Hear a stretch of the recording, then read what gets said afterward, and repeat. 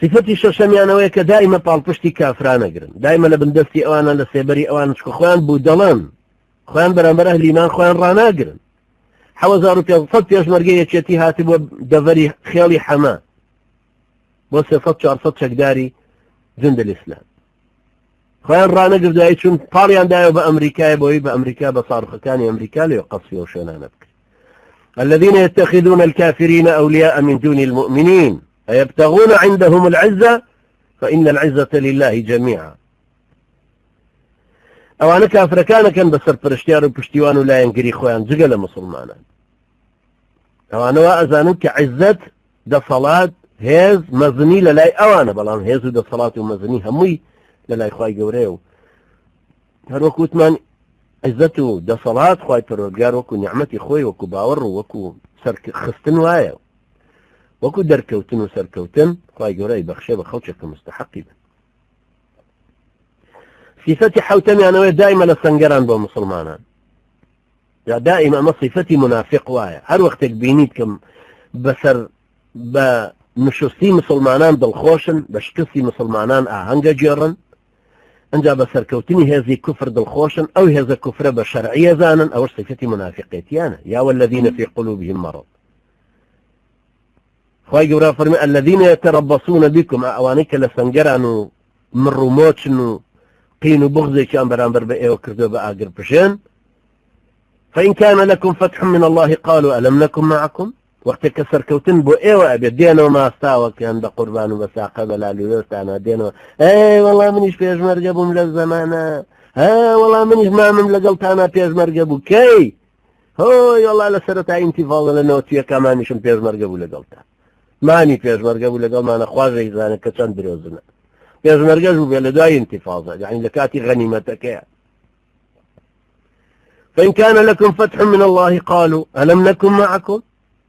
وإن كان للكافرين نصيب قالوا ألم نستحوذ عليكم ونمنعكم من المؤمنين. وقت كافر كان يزال بن الرون ولن نا يا مهر كرفداري يوبين بخوای مزرقنا للخوارجان. أما زاني كاكا ما نرى باسي إسلامتيان نقرتو بس كاكا تشيب كينو كاكا عند صلاة أنا أبو نما نرى تأيدك إيو بسر زارك يبكي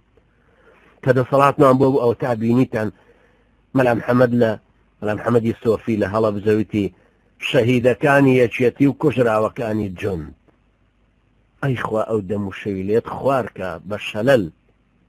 يا ربي خوا الشللي ليد شهيد كان يشيتي خلق تخما خو جماعتكي أفنجعل المجرمين كالمسلمين ما لكم كيف تحكمون. شون ملا شريف وجبار فرمان وكو يقوان يجي شتر صفة منافقين دائما أويك حقيقة كان الشيء راسي كان انحرافات فيك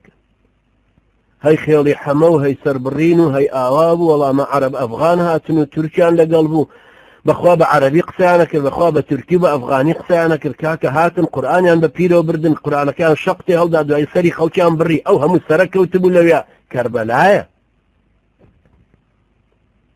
سريكي شان نشان نداو أو هم درو جلسي انجا ورا ملال سليماني والريز كراوة دشي خيالي حمو قشاش لقريانا قشو ملا هردوك تان بسنا شوينيشي جهنموا ايوه كحقيقتك نازانن شوينيشي كافر وملحدي يشيتي كوتون لكناوي تشيا او هر لبروي بهماشي ومنظمي حزبي بعث اي بردنوا مظاهري بيكردن دشي سادات ورسوا ابونا او كسي ام ديني واقرتو كعزتي خواي قوري بيويا خواي قوري عزيزيكا خواي قوري بهيزيكا ارادي بقوتك اتشكال انا اخي خويا حرة او كسي لما اخي خويا حر بو سر بخو بو ازاد بو پشتی بخوا بست بو اگر دستی لكلبشا بي قردني لكوتا بي قاشي لزنجيرا بي لو كسانا عزيز سرك لسر حكمه